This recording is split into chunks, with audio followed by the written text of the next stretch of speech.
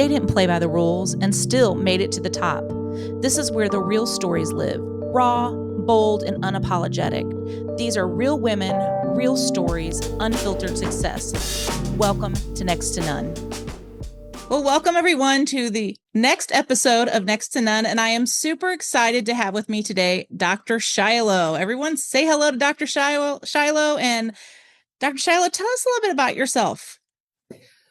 Hi, I am a psychotherapist. I am an integrative medicine provider. I'm an author, a speaker, and educator on all things mental health and wellness. And I'm really passionate about helping people disconnect from chaos so that they can be the person that they're called to be. I think you're amazing. I've started reading your book, which is awesome, but I'm going to go ahead and read her bio. I totally forgot to do this, guys. Dr. Shiloh is a clinical psychotherapist, educator, speaker, and best-selling author focused on boundaries, emotional resilience, and integrative mental health wellness. With over 2 decades of experience, she helps high achievers break free from people-pleasing, burnout, and emotional chaos. Dr. Shiloh is a creator. Dr. Shiloh. Let me try that one again, that part over. Dr. Shiloh is the creator of the Becoming Unbothered podcast and the author of the Unbothered button, translating psychological insight into practical tools for real-life change. Her work empowers individuals to protect their mental energy, communicate with clarity, and reclaim personal space. Dr. Shiloh, I'm super excited for this conversation. A lot of women, I'll just give you a little bit of just a very brief thing here. I go to see a counselor. 2 of my sisters are seeing a counselor now. And, there's times where people are kind of afraid to take that step because they're either like, oh my gosh, it's too expensive. But I do believe there's a lot of programs out there for people that can't afford it too. But it has just been such a huge change for myself, even having a space, first of all, that you can completely process and you don't have to be filtered at all. And I could see why your work would be so significant for individuals that are high achievers that may be feeling burnout or all those, or overwhelmed even at times. I'm one of 11 siblings. Oh, wow. And I'm the second oldest. And, we had a lot of trauma in our life, and people don't realize how all of that transitions into owning a business or being a leader and all that stuff. So tell us some interesting things about what I just said, not necessarily what I said, but just in general, and why it's so important for women to really pay attention to their mental health as much as they do their physical health. Yeah, I totally agree that it is very, very important. And I think a lot of times people discount the value in it.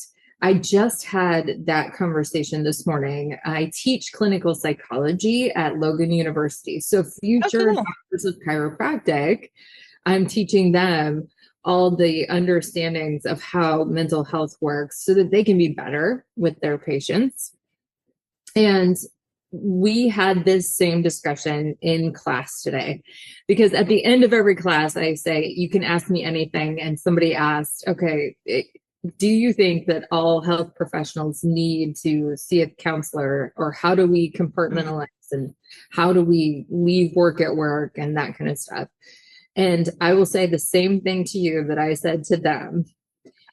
We are all like a bucket. We have an emotional bucket that only has the capacity to hold so much.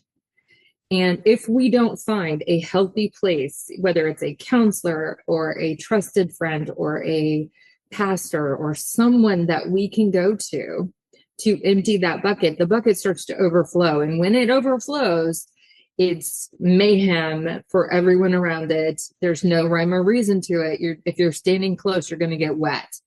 And so what I tell people is counseling is a wonderful way for you to empty your bucket in a safe place, because you know that what you're saying to your therapist is going to be held in confidentiality, and somebody who is educated enough to call you out when you need to be called out, right? We don't go to therapy just so somebody can pat us on the back and say, good job, or gosh, that sounds so hard, or you poor thing. Well, some people go to it for that, but not the people who see me. I am much more direct and to the point, and I'm like, no, what did you just say? That is not correct. Let's back up. Hold on, Mm, pause. I will call people out in that way because I don't want people to have to stay in therapy forever, but I also understand if we don't have somebody who's going to call us out when we hmm. need it, we're going to be stuck. We're going to keep repeating the same loop over and Yep. over. So, especially for women in business, what I find is if you have past emotional hurts, if you have trauma, if you have just unprocessed emotion that you haven't worked through, it is going to affect your business in ways that you have no way to even see it coming. And it's going to make you less effective. You're going to be less productive. You're not going to be a good listener. Your clientele is not going to feel like there's somebody that's going to stick with you because you're Hmm. not going to come off as somebody who is trustworthy. So if you're not making space to be that person for yourself, you're not going to make that space for somebody else. So that's why I think therapy is important. Yes, I 100% agree with all of that. Um, what are some of the tells? Like somebody's like, well, I don't realize that I do those things or that I have that. Or, I mean, I Mhm. think people think of their trauma and then like they discount it because they're older now. And so they're like, well, that doesn't really affect me anymore. But it actually does. It affects so many people. It does. So that's where we get into conversation about triggers. And a lot of the work that I do, you said you just started reading my book, is around triggers. In my book, I call them buttons. Those are the buttons that everybody kind of has hardwired, and somebody comes along and pushes your button, and then all of a sudden your whole day is blown up. Mm, And that's one of the first indicators. If you find yourself being in multiple situations and you're like, I started out fine. How did this day get away from me? That would be an indicator that, okay, there's something there that I need to slow down, get some hmm. awareness, learn how to process so that it doesn't keep triggering me over and over. So you can disconnect from it. That's Yeah. the whole point of what I do in the Unbothered button is I teach you how to disconnect from those triggers. And it's possible to do, but it's a step-by-step process and you need someone to kind of guide you through it. You're not going to just be able to just go, time heals all wounds and it's going to go away. Trauma doesn't work that way. Trauma Mm. will sit inside your body and wait for you. It is so patient. It is very annoying. It's like that stinky piece of cheese that you forgot is in the back of the refrigerator and then you find it 3 months later and it's all green and oh yeah, trauma just hangs out like that and waits. It really does. And I know for myself, like I found that some of mine showed up in emotional reactions to certain things or to feeling like sometimes if I was feeling unsafe, I would become like super direct and almost like cutting people with a knife with my tongue, you know? Impressive. Yes. You know what I mean? And that was for me, that was one of the things that I was like, "Oh wow, this is wow, what is wrong with me? Why am I doing that?" You know? Right. That's not my heart. What am I doing? Right. So that does happen when we have these emotions that we've kind of been sitting on and they're inside and we're just ignoring them. Hmm. They will come out sideways. And usually that's in a very negative way, something that we regret later. And then we have to feel the shame of, gosh, I was not showing up in my best. And that's not how I would have responded if I had paused and thought this through. That's another way that trauma kind of like rears its ugly head. And it happens to everyone. Like there's not Yeah. a person walking around on this planet who hasn't had that moment where they reacted to something that someone said in a way that wasn't their normal character. And then later they realized that wasn't even about that person. That was about something that happened when I was 10 or something Yeah. that happened a month ago. Right. So you have to be able to connect what is it you're actually dealing with. And a lot of times triggers are not the thing that's happening in the moment. They're something that has happened in the past that your brain is going, oh, I know what this is. And it's reminding you to follow the same pattern that you felt before. And that's not necessarily the case. It's like your brain kind of works like a GPS. It wants to go, okay, fastest route. Yeah. And we don't always want to go the fastest route. We want to pause. We want to process. It's interesting. So I went through something pretty traumatic when I left my previous organization. And I was doing my certification for leadership coaching at that time. And my class, so this happened on a Tuesday. Thursday was my class. And we get on there and they're like, hey guys, today we're going to talk about change, transition, and transformation with the loss of a loved one, loss of a job. And I was just like, nope, not doing that today. And what was interesting because of what you're talking about is the two teachers were pastors and they both were highly educated in similar things that you are. And I can't remember what their degrees were in, but they're very highly educated. And she texted me and said, hey, why'd you jump out of class? And I'm like, I don't want to talk about it. And so she called me after class and she's like, what's going on? And I told her, and she was like, Amy, this is a trauma in your life and you are going to grieve. And I never connected grieving with trauma, but I do believe grieving is a way of healing, right? It is. So when it comes to grieving, there are a couple of things that most people don't really understand. We tend to think of grieving as this is the 5 steps of grief, and you have to walk through all 5 steps of grief as if it's like organized and structured, right, and it's very check the box, right? That is not at all how our brain actually processes grief.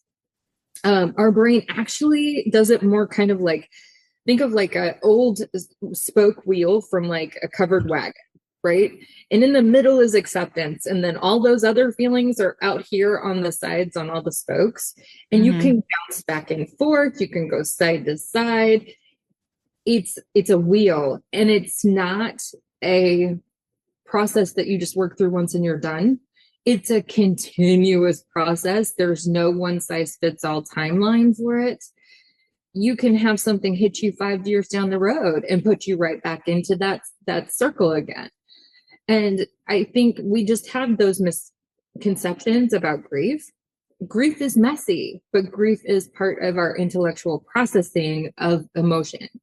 And if we don't actually engage with grief, it will just hang out there. You're still going to have to feel it. You're going to probably feel it in your body more than in your emotions, because your body can feel it faster than your brain can, but it's going to show up. It might show up as headaches or muscle tension or gastrointestinal upsets, autoimmune conditions, things like that, before it shows up as an emotion and you're like, oh, this is probably something I need to think about and feel.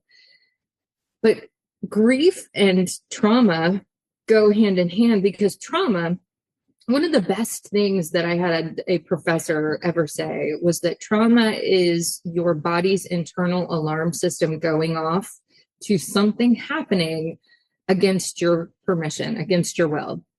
You don't get to choose, oh, today's going to be a trauma day, I'm going to choose to have a trauma. It doesn't work that way, right? Who's going to choose that? No. Nobody does that. Trauma happens to us and we have to live with it regardless of whether we choose it or not. Trauma exists and we encounter it. And so in order to really process that trauma, there's a grief attached, because there's the you before the trauma and then there's the you after the trauma. So what you're really grieving is the loss of you from before, because you're not the same after. Trauma changes you fundamentally, changes you on a DNA level, and it changes how you engage with life. So you're grieving the loss of the you before the trauma. Yeah, it sounds so complex, but at the same time, it also sounds simple. Like, yeah. I recently learned of, and I think this can be applied to even businesses about trauma bonding, and it was fascinating because, some things my siblings and I have gone through in the past was some really deep trauma. Right. And, I was telling her about things, just some things that were happening or what this, that, and the other. And she was like, well, it's called trauma bonding. And I was like, what is that? But it's fascinating because that can also be related to the workplace. Like if you're in an unhealthy cultural environment in your job, and how does that show up for people in the workplace? So in the workplace, it's an interesting dynamic because you're not just coming into the workplace and something negative is happening in the workplace. It's people are coming into the workplace and they already have preset triggers within them that they're bringing with them, right? Hmm. So what triggers one person may not trigger the other person in the same way, but emotions are contagious. So if you've got somebody who comes into the workplace and something happens that really sets them off, it's like a virus. If they're having a bad day, then you're having a bad day too. And you may start to commiserate with that person, not because anything actually happened to you, but because you want to be empathetic, you want to be Hmm. compassionate, and you want to be a safe place for them. And so we have to not just be mindful of trauma as we're going through life, but how other people's emotions actually impact us.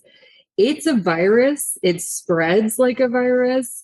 And like I think back a couple years ago, there was a big virus and we all like hid in our homes, like you can't catch me. You can't do that with emotions in the workplace, True. So right? true. You cannot quarantine from your coworker in that way, but you I mean, can you could try. right? But you can learn how to disengage emotionally so that their chaos does not become your chaos. Their feelings, you can hold space for their feelings without having to hold them yourself. Yeah. And that's where boundaries come into place. Yes. So if there's a business owner that has staff, and they've got a staff person or two staff persons, whatever it is, that Mhm. that they recognize that something's off, that maybe it might be something, traumatic that happened in their life, or however they're dealing with it. What's your best advice for them, and how to like help them have that conversation with them? I mean, Mhm. how, Yeah. what's that? My, my best advice is be direct. Do not beat around the bush. Do not try and make it sound saucy. Like, don't do that because it's wasting your time and it's wasting the employee's time. And usually it just muddies the conversation so that people have a hard time going, what are we actually talking about? It's better to directly go, hey, are you okay? I have noticed something is off with you. How can I support you right now? And say that rather than, we try to have this type of atmosphere. And I know life gets busy and life is full and we all have things going on, but we need to maintain this company morale, right? Okay, the first one, they go, she sees me, she knows something's happening, and she cares, and I can Hmm. be honest here. The second one, they're like, I know the company has morale, woo woo. What does that have to do with me? Like they're not getting this is a personal thing, and I can tell that you've got something going on. So Hmm. we have a tendency to over fluff our dialogue, especially women. We try and make everything pleasing and nice. And I teach people the exact opposite. I don't want you to be nice. You need to be kind. And in order to be kind, you have to be clear. And I mean, really, really clear. So we're not going to fluff it up. We're not going to use a bunch of words that are unnecessary. We're going to be direct and to the point.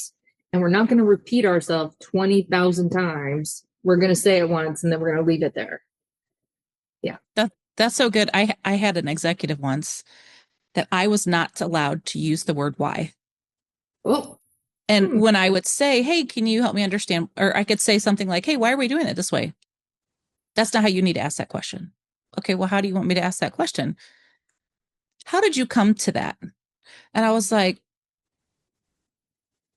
what's the difference between that and why? But I mean, it was a huge, and now that you say that, I'm thinking that was probably something that happened to that individual that was traumatic for them. Yes.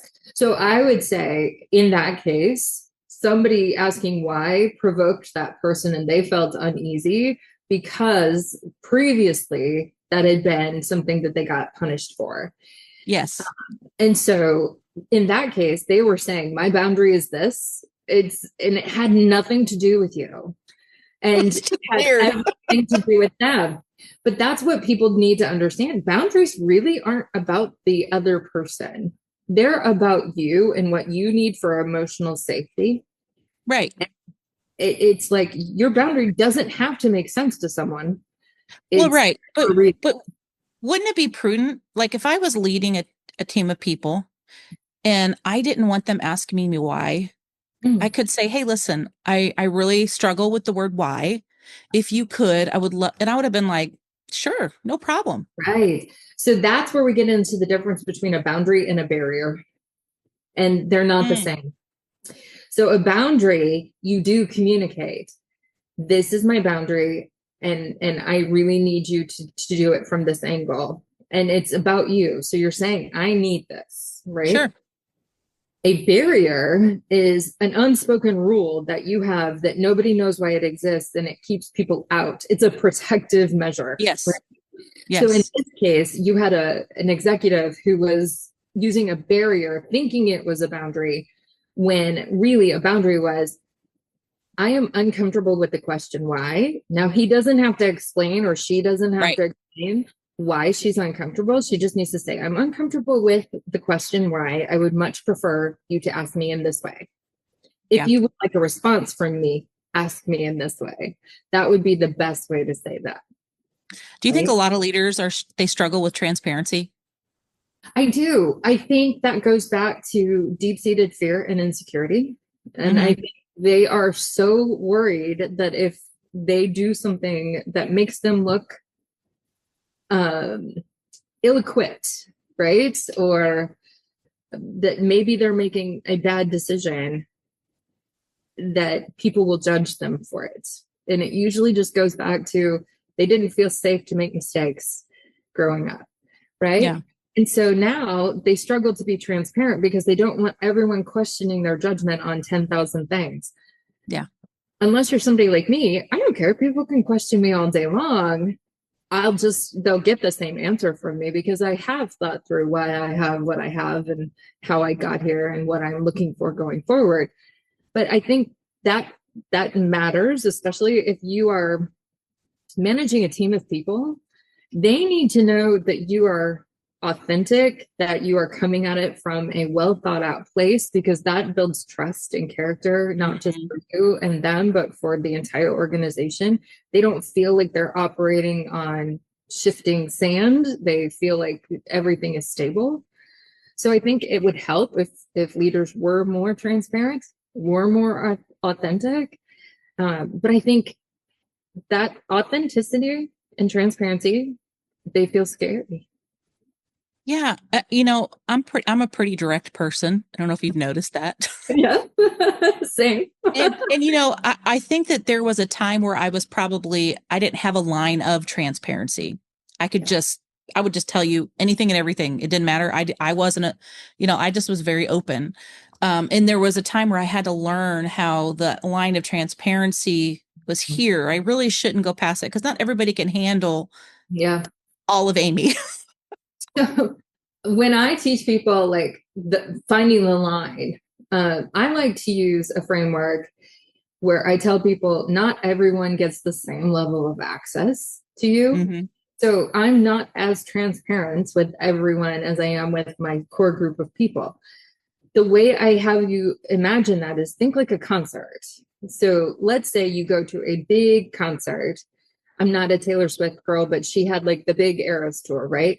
Pretend you're the artist on stage. You've got general access people who paid to be there. They are Hmm. not pouring back into you. They're there to take, right? So they're only going to get a certain level of access because there's only so much of you that can be taken without you needing to recharge. Yeah. Then you have sort of the mid-tier people who are like, they have maybe the box office, like they're in those like fancy spots where they get food and, you know, but still they're really not pouring back in. They're kind of still taking. And then you have VIP backstage pass people. The level of people, she had thousands and thousands of people coming in those general admission and upper scale seats.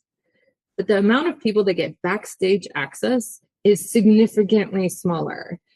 So your backstage pass people are the people that not only get excited to see you, but they also make you feel really good on the outside too. So that when you have conversation with them, you leave feeling refreshed and refilled because it's productive. It's not just them taking from you. Mm-hmm. You have to decide what level of access to grant people. And a lot of times you have general access people who want to be backstage pass people and they haven't earned it. Yeah. They need to earn it. You don't have to be fully transparent with general access people. It's not safe. It takes too much from you. Mm-hmm. You have to respect your energy in that way. Yeah. That was really tough for me to learn because I just was kind of I was a hands open person, just like, what do you want to know? I'll tell you. I mean, just, not everybody can deal with that. So that's great. What do you think about the leader who is just really struggling right now? Because there's some organizations and businesses that are hard to put boundaries in place because the line of whatever your role is and whatever your person that you report to, your leader, and it crosses the boundary and they're not ready, they're not willing to let you have that boundary, if that makes sense what I'm saying. Mm. Well, this would be a time where I'm going to be very hardcore about it and very direct. And this answer may not please everyone to hear. But I would say if you are in an organization and you are in a role and your boss or your supervisor doesn't respect your boundaries, you need to start looking for a different role. You need to start looking for a different job. That is not for you. Stop trying to force yourself into a position where it does not fit your boundaries. Because at the end of the day, it will cost you physically and you'll end up sick or having mental health issues or depleted in some other area of your life. It's Mm-hmm. the cost. If you do a cost benefit analysis, if your boundary is constantly being crossed, you need to get out of there. It is not worth it. Yeah, I think I was probably in that position the last 6 months that I was at my previous organization. I just felt like I was beating my head against a wall, and Yeah. I couldn't move forward. Right. And I loved what I did. I loved the people I interacted with, but I just felt like I hit the wall every single day. It was exhausting. So I had a similar experience. And it, again, wasn't that I didn't love the work. I loved the work. I loved what I was doing. I founded and ran a nonprofit for almost 6 years. I loved it. I loved it, but it was taking so much out of me that I was finding myself being snippy with my kids and didn't have full focus on my work. And then I felt like I was dropping balls. And then I started feeling like I was not being productive. And then I also had other things that I knew I needed to be working on, and I couldn't find time for that. So then I kept pushing them off and feeling upset with myself for that. And at the end of the day, I had to say, okay, it's time for me to let this go, even though I still fully love it and support the work. It wasn't right for me anymore. We all go through seasons. Yeah. And we grow and we change, and we're supposed to. I think that's one of the other things that most people who come to therapy are coming because they think, well, I'm an adult. This is who I am. And they think that means they're fully formed and that they know exactly what the boxes are that they're supposed to check. And that's not the case. As human beings, we do not stop growing. We do not stop evolving until we die. And we're not meant to. Like, if you're not growing and you're not changing, are you really fully alive? I question that Yeah. because I think we're meant to grow and change as many times as we want in the course of our life. How much of the trauma stuff do you think is involved in, I'm not saying this question. Let me try to say this question again. How much do you think mental health is tied to people's traumatic experiences? And the other piece of that is, like things that I've been through may not be equate to the other lady that's sitting next to me at a coffee shop, right? Yeah. I might see my traumatic thing as like the worst thing ever, and they might also. And then when you sit down and you talk about those things, it with some individuals, it almost becomes like this. Oh yeah, well Oh, I what happened? experienced this. Oh yeah, well I did this, and it's like, why Yeah. are we doing that? Yes. Okay. So this is where I get into interesting conversation around using clinical terms Mm, without clinical understanding. We see perfect. it all over on social media where people are saying trauma, they're saying bipolar, they're saying ADHD, and they don't really have the clinical understanding. Those are clinical terms and they have a specific diagnosis and definition. So when we're talking clinical trauma is something that is life threatening or life altering that happens to you against your will. It is not your second grade teacher looking at you weird when you were reading in front of the class. That is not trauma in the clinical sense. Yes. So most people think, oh, I've got this trauma, right? Trauma really is not you had a bad day. Trauma is you were sexually assaulted, you were in a horrible car accident, you were physically abused, or you witnessed somebody being physically abused, or you lived through a natural disaster, something along those lines. That's the clinical definition. So something that is life threatening or life altering. Okay. Now, what most people call trauma is what we actually call stress. There is an actual list of things that we call life stressors, and there is Hmm. a scale on how much damage these things actually cause you. Most mental health issues do not come from trauma, they come from life stressors. It's the accumulated stress over time that has never been processed before. Yeah. So, from a clinical standpoint, that's where we land. And people don't like that answer because they're like, well, how dare you say that what happened to me is not trauma? I'm not telling you you have to define your trauma that way. But if you came to sit in my office and you were telling me about something that didn't those marks, I wouldn't classify it as trauma. I would call it a life stressor. I may not say that out loud to you because you have identified with the word trauma.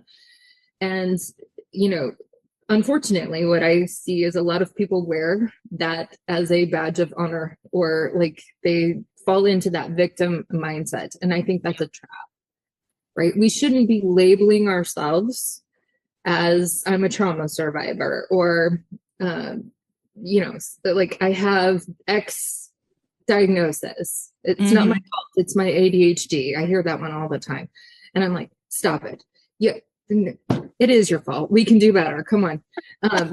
So like, let's learn some coping strategies. So I don't like when people use their diagnosis as a crutch Yeah. to excuse their bad behavior, right? You know 100% agree. it exists and you know you need to work on it. So work on it. Yeah. Don't be lazy. Just do it. Yeah. Yeah. Yeah. I mean, Work on that's it. in essence, it is interesting. There's a lot of things that you're talking about, right? That you just talked about that just sometimes it really triggers me. So I don't respond. There are people that have truly been through some horrific Yes. things. Mm-hmm. I tend to downplay those things that I have gone through. Not in Most a not most trauma survivors do. Real trauma survivors don't want to talk about the trauma. Like, It's the people who have stress that they're calling trauma that they want to talk about it all day, every day. I guess part of it for me is, like I just look at it like, hey, it happened. Mm-hmm.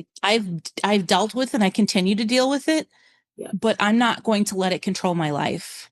exactly. So obviously you've probably picked up on, I like to use analogies a lot because I think Yep. people can visually picture Yeah. something and it makes sense. When we have a major life event, whether it's a trauma clinically or whether it is just a stressful event, think of it like a speed bump that is in a parking lot. And like we've all encountered some of those speed bumps that are super aggressive and it like shakes you to the core. Yep. You cannot avoid them. We know that it's there. So you're going to see it, you're going to acknowledge it, you're going to use caution and go over it, but you don't have to put the car in reverse and back up and go over it again. Like you acknowledge it, you process it, and you move forward. And Yeah. I think that's where a lot of people get stuck is like they get to the speed bump and park on top of it. That's Yeah. not helping. That is not helping at all. You need to find someone who can help you process that out. Yeah. People live in it. They live in it every day. And I'm like, Why I would don't you want to want to keep do that? experiencing it every day. I don't No. want to. It Yeah. was traumatic enough back then. That's what I mean when they have made it their identity. And Hmm. it's like, it, that's the equivalent of choosing to live in the dump, like Yeah. Yeah. trash. Like that, it smells down there. Nobody wants to live there. Ew. You're No. going around stinking people up. Like, Yeah. And that you carry that with you. Like yeah. that's transferring to everybody you're coming in contact with. It's time to get out the dump. I will say I have a lot of compassion Mhm. for people that have been through significant things like our family had been, me individually had been. And I just have significant compassion for people. And but sometimes I'm like, dude. Yeah. But I don't say that out loud. I show empathy and I show compassion, but I'm like, gosh, okay. And I try to encourage them, like, hey, guess what? You don't have to live in that. You have a choice. Yes. Yes. I think that's the key is that you can have compassion and you can have empathy, but you don't have to climb down in the dump with the person in order to Yeah. demonstrate that. It's, hey, I'm here. Here's a ladder. Let's go. And you help them climb out, but you don't have to get down in the stink and gross with them in order to do that. That would not be healthy. That's really interesting they say that. I can't remember who it was. I was talking to them the other day and they're like, how do you separate that? And I said, well, it's 23 years of ministry. That's how I separate it. I Yes. learned how to Yes. separate when someone came to me and said, my marriage is falling apart. I don't know what to do. I'm like, hey, I'm here for you. Like, I will Mhm. give you resources. I will help you as best I can, you know, and then I don't take it home because in early years I would take it home and I Yeah. would just be like, it would just eat me alive. Mhm. Mhm. I talked to my class this morning about that as well. We talked about healthy compartmentalization. So obviously, what I do for a living, I sit with people in some of the darkest moments of their life. If I were to take that home with me every night, I would be eating a bag of chocolate and downing a bottle of wine every night and weigh 500 pounds and be diabetic. I can't do that. My body Mhm. cannot handle that. I would be no good to anyone in my world if that was the way I operated. So I've learned to take what somebody tells me, I wrap it up in a ball, kind of like the movie Inside Out, if you've seen where she's got the Yeah. emotions, they're in balls. And I visualize it, put it in a ball, put it in a box, and then at the end of the day, I put the box on the shelf. It does not go home with me. If it did, I wouldn't be able to do my job. That's where burnout comes from. Yeah. It does. I love that analogy. Have you seen Inside Out too? Yes, I love Oh, it. I love it. The chasm, the sarcasm. Yes. Sorry. Hey, if you all haven't seen Inside Out too, it's super cute and it's very witty, very, very witty. Yes. Um, yes, you hit the nail on the head with some of that stuff, and I had a question for you. Now I'm trying to remember what it was. Oh, because I just thought I had you said Inside Out and it made me think of the sarcasm. I just couldn't move forward from there. I am a fan of sarcasm myself. I don't know about you, but to me, sarcasm is Oh, a healthy coping strategy that gets you out of a lot of sticky moments in life. all of my family has that. I think some of the people who've gone through the worst traumas have like good sarcasm in Yeah, their talks. It's a coping tool. It really is. it is. And you said something that made me trying to remember exactly what it was. You were talking about the being able to separate, when people share different things with you and this, that, and the other. You know, I see people all the time trying to be someone's confidant Mm, or, hey, just tell me about that situation or just give me this information.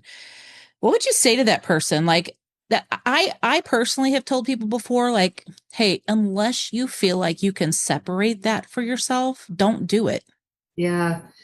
I tell people that you have to understand how much energy you have.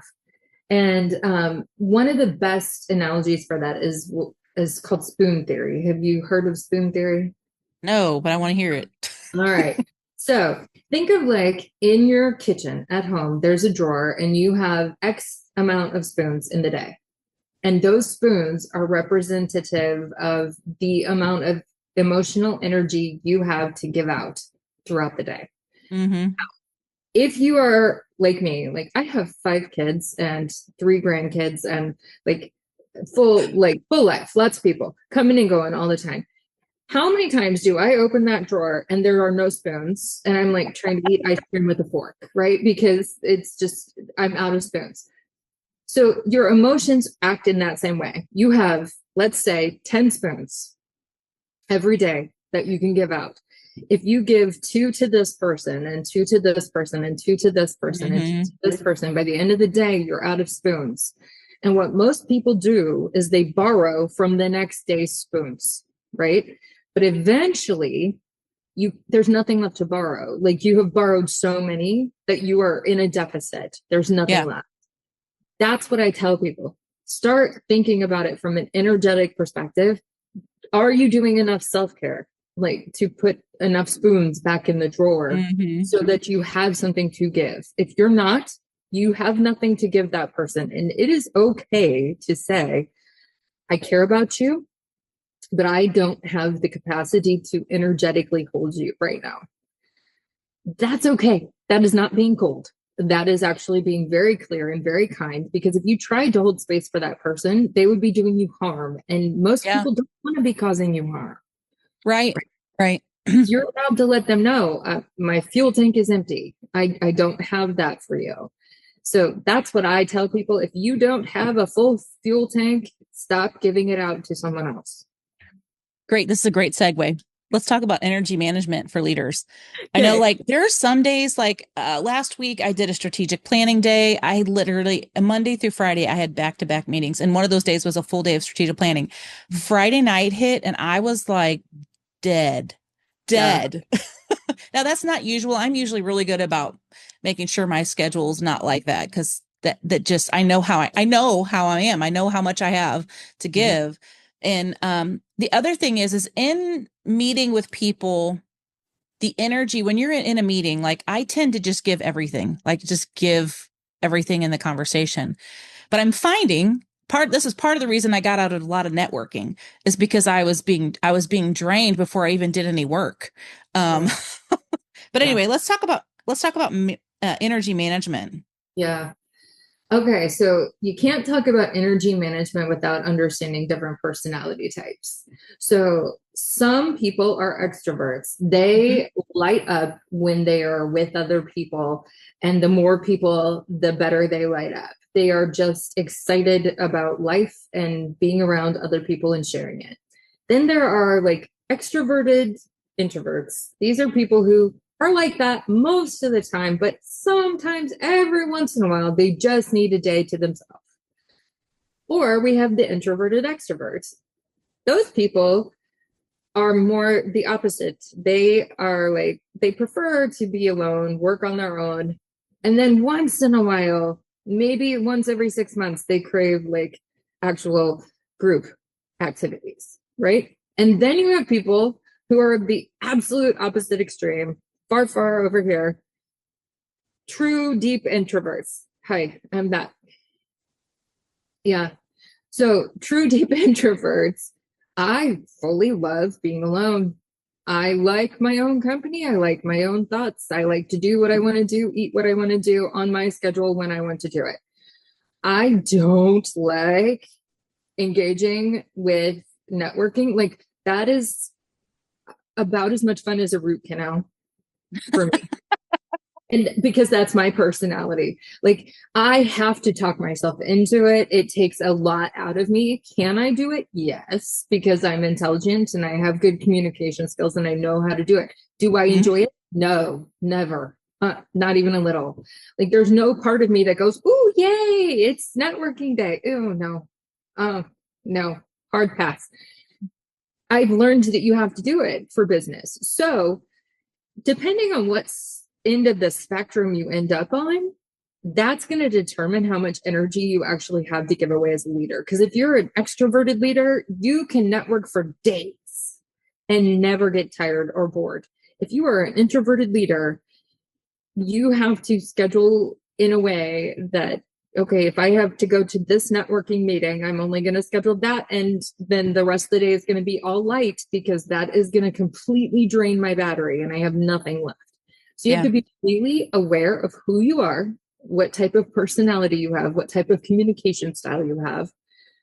And that's how you structure your energy. And I think the second thing that I would say, beyond knowing your style, your communication style, I want you to understand self care is not a luxury, it is a necessity.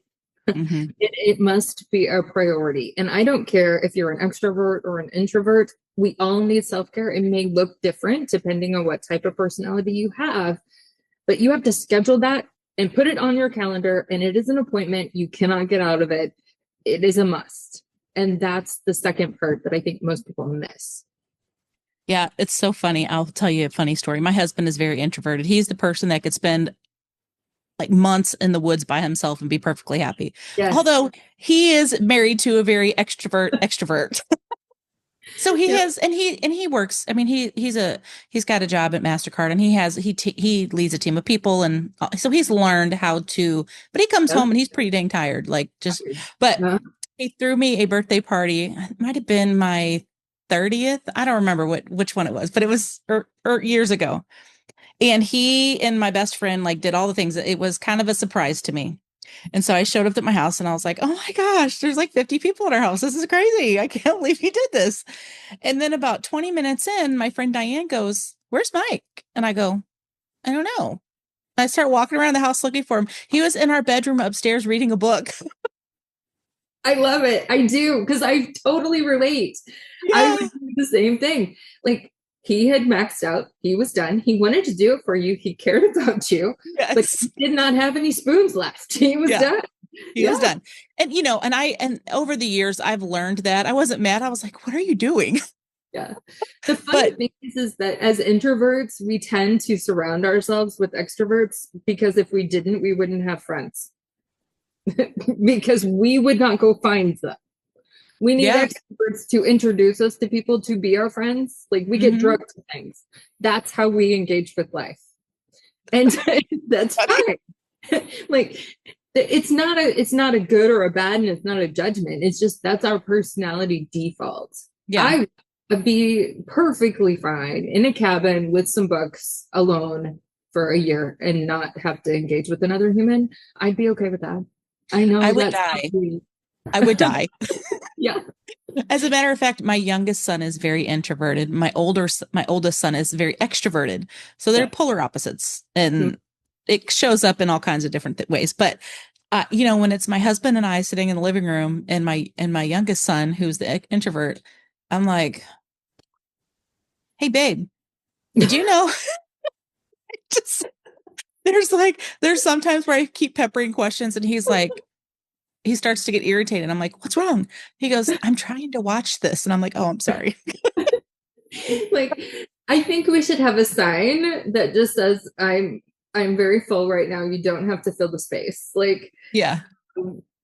it would help if we had like an inner like battery button that people could see so that they didn't think they had to entertain us. We don't need to be Yeah. entertained like ever. Yeah, our internal space is very busy. We just don't always verbalize it.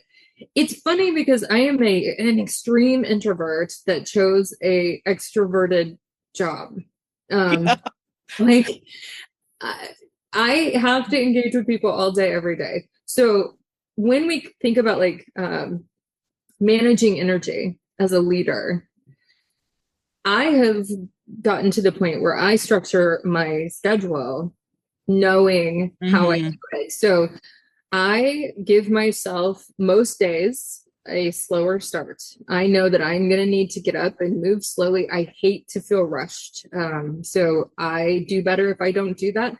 And then I am going to heavily engage with people Tuesday, Wednesday, Thursday. And then I'm going to have an extended like weekend Weekend. where Saturdays and Sundays are like, I barely engage with anybody. I am hunkered down under a blanket and reading a book. But Fridays and Mondays, I engage, but in a more um, energy neutral way. So maybe I'm doing administrative work or emails or things like that. Hmm. And that's how I've had to structure it for me because otherwise I am no good. I could go to an event, but I'm not going to have any words to say, and people are going to go, "She is so cold." And it's not that I'm cold. I just am done. My battery is done. Yeah. Well, I have to tell you, when I first met you was at Become last year, and I found you engaging. You were talkative, you were asking questions, so you did a great job. Then I had a 3 day like energy hangover after. Like that's how that worked. Like I gave everything I had that day, and then I didn't talk to anybody for the rest of the like next 3 days because I was just completely drained. And my staff all know that. They know if I have this event, then they need to have a lighter day the next day. Uh, that's how I roll. And I think people need to just be aware and stop judging yourself. Don't go, well, they Mhm. can do it. I should be doing it too. The best thing I ever did was stop comparing my energy output to other people's. Yeah, Like introverts are not the majority of the population is not an introvert. Let's be clear. right. Introverts are really rare. The majority of the population has somewhere in between or they're completely extroverted. If I compare myself to any of those other three categories, I get into trouble because then I try and do what they're doing and it is like Yeah, toxic to me on a cellular level. yeah. You have to live the life that you're meant to live, that you're called to live, not the life that the person next to you is living. Because you're not meant to do the same thing and you're not called to run the Yeah, I love that. Okay, so tell us a little bit about your book and where people can get your book because I started reading it and it's so far so great. So please share okay. that with everyone. Yes. So my latest book, this is my fourth book, came out in September. It's called The Unbothered Button. And it's all about how to detach from other people's chaos and not let it send you into a complete mental spiral. It is available on Amazon and everywhere books are sold, Walmart online, Barnes and Noble. And I included an audio version in that book for everyone. There's a QR code because I have children who are dyslexic and they wanted to read it, but I knew they wouldn't sit down and read it because Sure. reading is hard. So you get a free audiobook with it, please. Nice. It's me reading it. So yeah. That's awesome. Yeah. What is your favorite thing about your book? Oh, my favorite thing about this book is people sending me messages saying, you said exactly what I've been thinking for such a long time, and I just didn't know how to verbalize it. And Hmm. I think that's the most rewarding part for me is when I get messages from people who are like, your book has changed the way I do this, and thank you, and that kind of stuff. To feel like you can connect with people not necessarily the ones that you see every day. It allowed me to communicate some of these tools to a larger audience, and that's what matters. I just got an email yesterday saying we're now very popular in South Africa, Australia, and Finland, which I was surprised by. But That's awesome. Congratulations. yeah, thank you. And I think that's really fun, just knowing that people who I would never have the chance to meet in everyday life are reading the book and getting something from it, and it's making their life better. That's awesome. Congratulations. That's so cool. Doesn't Thank- that just kind of make you like, you just feel good about that? yeah, that's kind of the whole point. Yeah. It's interesting because I just said, isn't it cool to feel good about that? Because some people don't feel like they can celebrate things like that. Like then it's like kind of prideful, but it's not. It's Yeah. really a cool thing. I think if you grew up in a household where you weren't allowed to be proud of the things that you had accomplished, a lot of us grew up in households where we were told to be small so that everyone else felt comfortable. Hmm. It took me forever to get to a point where I could accept a compliment and not feel like, oh, and have to downplay it. Like if somebody goes, I like your shirt, I'd be like, oh, I got it on sale for 40 cents. And, and like they didn't need to know all that. And so I it took love it. forever to get to the point where I was like, well, thank you. And that's it. Like, stop trying to over explain everything. A good Hmm. thing is a good thing. You're allowed to feel happy. You are allowed to feel sad. You're allowed to feel all of the things and without judgment. Yeah. It's so funny that you say that because I have a friend. I won't call her out on here because, but every time I say, "Oh, I'm sorry," she's like, "That's $1." So I actually just recently got somebody reimbursed me for something, and I've got $60 in my Venmo, and so I was like, "Well, I guess you're going to end up getting all $60." It's time to pay my tab. Yeah. It's funny. Yeah. All right, Dr. Shiloh, I this has been such a great conversation, and I could probably talk to you this like about this for hours, but I know you're probably tired right now being an introvert. You got to go take a nap now. Sorry, that was a joke, but No, yes, it's totally, you're accurate. You're accurate. Like, I'm going to go home after this. I'm not seeing any more patients today. I'm done. I'm out. can you imagine being my husband and I have 11 siblings who are all married, who all have kids, and Yeah. we have probably about 50 plus people at all of our holidays. The first time I Ah, ever brought him to my house, I thought he was going to die.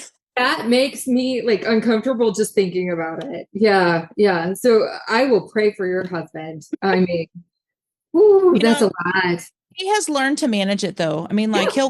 he'll walk outside just to Yeah. get, I mean, because we're not just a lot, we're loud. We're Yeah. loud. A lot. I don't think I have any introverted siblings. Yeah. Got it. Well, we do learn. We can do it. It's Hmm. just it takes more out of us than it does someone on the other Yeah. end. And most people in the extrovert or medium category don't understand how it feels as an introvert and the Yeah. cost that it has. It's exhausting. It is physically exhausting. It's not just mentally exhausting. We get exhausted in our body.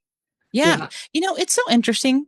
I'm sorry. I just thought about something with my husband about uh like the first time I ever took him to my house to meet my so my mom and dad were divorced and to meet my mom and my stepdad. When we got out the car to leave, he looks at me and he goes, "We are never going to talk to each other like that." And I Oh, go, "What are you talking about?" mhm. He's like, "You don't notice that?" And I go, "I don't know what you're talking about." He Yeah. goes, your mom and dad were calling each other names, cutting each other down." And I was It like, seems I never normal. noticed it.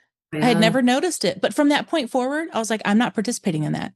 Yes. Perfect. Love it. It was just Keep really going for interesting because that just clicked for me when we were talking about my husband and joking about him with my family. And then it reminded me of that. And I thought, oh, so there is ways to like seeing someone like Shiloh would be Dr. Shiloh, sorry, not just Shiloh, Dr. Shiloh for some of those things that you have in your life that you can't get past, like, or you're just stuck, like or you need another person's perspective yes. from a different angle. Hmm. It's totally okay to just call me Shiloh, by the way. So, I But want that's to honor you because it's not easy to get your doctorate. So I mean, it took a lot, but I'm okay with it. Like, it's fine. My daughter has me listed in her phone as Dr. Mom. Because to her it's a joke. It's love funny. it.